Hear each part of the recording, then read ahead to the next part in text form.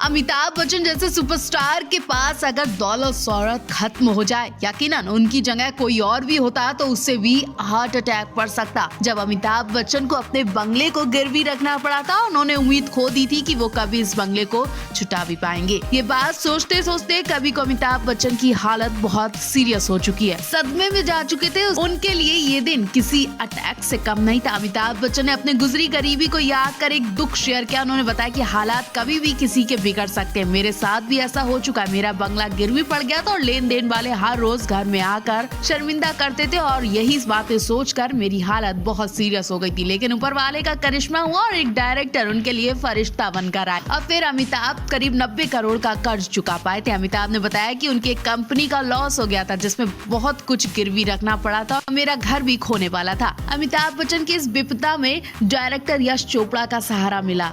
Actor ने उस वक्त उन्हें ब्लॉकबस्टर फिल्म मोहब्बतें का ऑफर दिया। उन्होंने फिर टीवी पर कदम रखा और पॉपुलर टीवी शो कौन बनेगा करोड़पति के होस्ट बन गए, जिससे उनका करियर फिर से ट्रैक पर आ गया और सारा कर्ज उतर गया।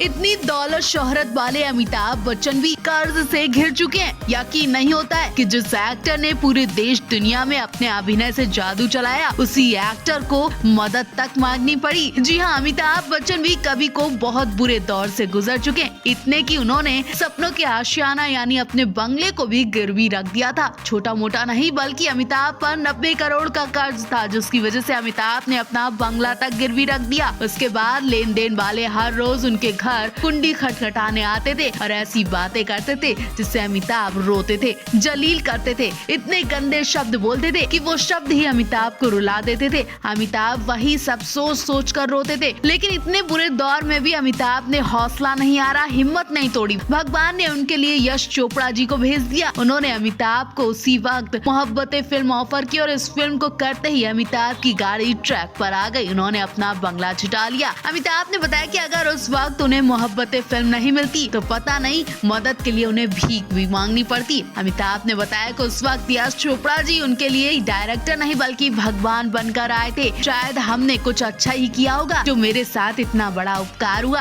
अमिताभ की दुख भरी कहानी सुनकर हर कोई शॉक रह गया।